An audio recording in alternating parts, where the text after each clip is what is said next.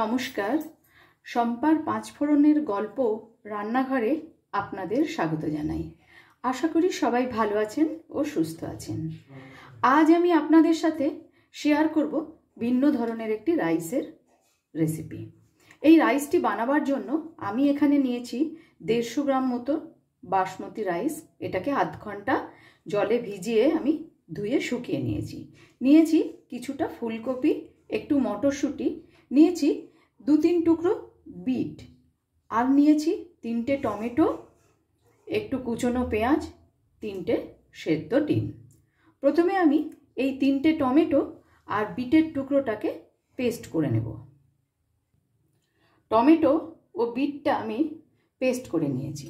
এবার এই পেস্টটা আমি এই চালের মধ্যে ঢেলে দিলাম। ভালো করে এটা মিশিয়ে আমি 10 মিনিট মতন ঢেকে রেখে দেব। এই রাইসে কিন্তু বিটটা অবশ্যই লাগবে। এবার এটাকে আমি ঢেকে রেখে দিচ্ছি।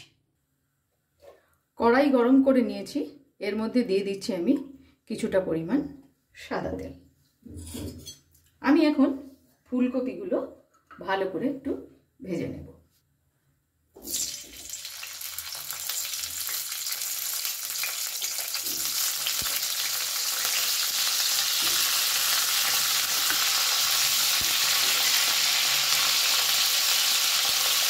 দেব সামান্য একটু লবণ। এটা দিয়ে বেশ সুন্দর করে একটু লাল লাল করে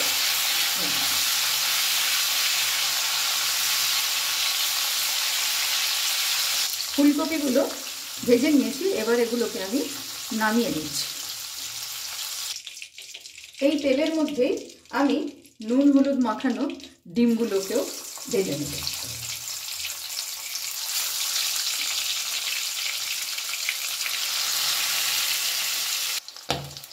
ডিমগুলোও ভাজা হয়ে গেছে। এবার এগুলোকে আমি নামিয়ে নিচ্ছি। এই তেলের মধ্যে আমি দিয়ে দিচ্ছি 1 চামচ মতন ঘি, দিয়ে দেব 2টো তেজপাতা, 2টো শুকনো লঙ্কা, আর দিচ্ছি 2টো এলাচ, 2টো লবঙ্গ, আর ছোট ছোট 2 টুকরো দালচিনি।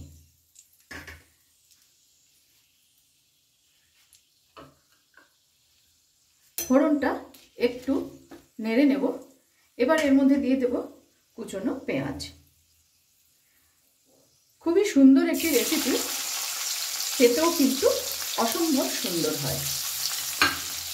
একবার হলেও বাড়িতে বানিয়ে দেখতে পারেন। আমি এখানে শুধু মটরশুঁটি আর ফুলকপি দিয়েছি, আপনারা চাইলে গাজর বা অন্য কিছু সবজিও যোগ করতে পারেন। ভালো করে একটু পেঁয়াজটা ভেজে নেব। পেঁয়াজটা অল্প একটু ভেজে নিয়েছি। এমন সময় গ্যাসের ফ্লেমটাকে আমি একদম লোতে করে দিয়ে দেব 1 চামচ মতো আদা রসুন বাটা, দেব 1 চামচ ধনে গুঁড়ো, 1 চামচ লঙ্কা গুঁড়ো, আর দেব 1/2 চামচের একটু বেশি হলুদ গুঁড়ো। ভালো করে এটা আমি কষিয়ে নেব মশলাটা।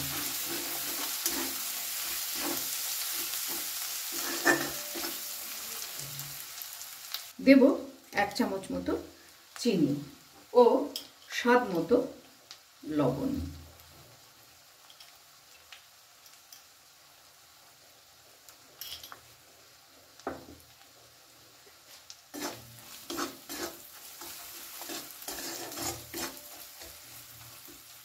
সামান্য একটু জল দেব।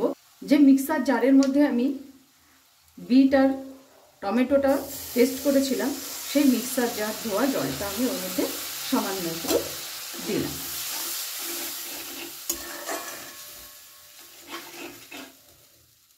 সব থেকে মেন একটা জিনিস, সেটা হচ্ছে 1 চামচ মতো আমি দেব এখানে চানা মশলা।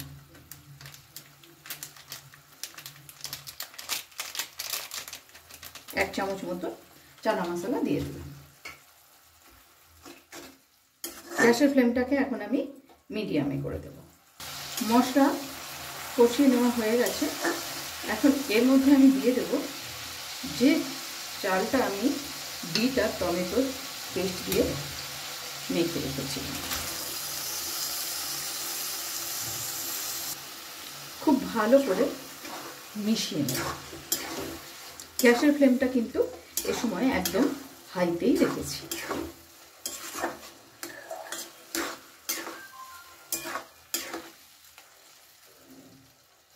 মিশিয়ে দেব দুটো কাঁচা লঙ্কা ও মটরশুঁটি।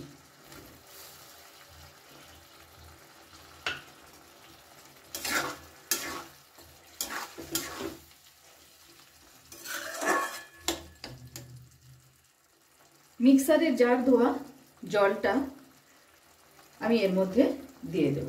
আমি এখানে 150 গ্রামের মতন চাল নিয়েছিলাম, সেই জন্য হিসেব মতো 300 গ্রাম জল হয়, কিন্তু 300 গ্রামের থেকে আমি কমই দেব। 250 গ্রামের মতন জল দিয়ে দিলাম।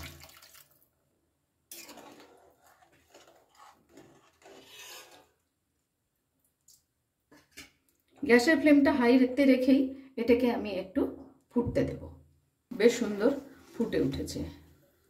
এবারে আমি ঢাকা দিয়ে দেব 10 মিনিটের জন্য এবং গ্যাসের ফ্লেমটা আমি একদম লোতে করে দেব। ঢাকাটা একবার আমি খুলে একটু এটাকে নেড়ে দেব। আমার রান্না যদি আপনাদের ভালো লেগে থাকে অবশ্যই ফলো ও লাইক করে আমার পাশে থাকবেন।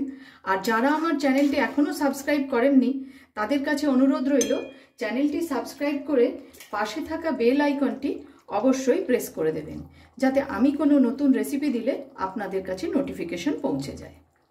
এবার আমি এর মধ্যে ভেজে রাখা ডিম আর ভেজে রাখা ফুলকপিগুলো দিয়ে দিচ্ছি। আবারও এটা আমি ঢেকে দিচ্ছি কিছুক্ষণের জন্য, গ্যাসের ফ্লেমটাকে একদম লোতে রেখে।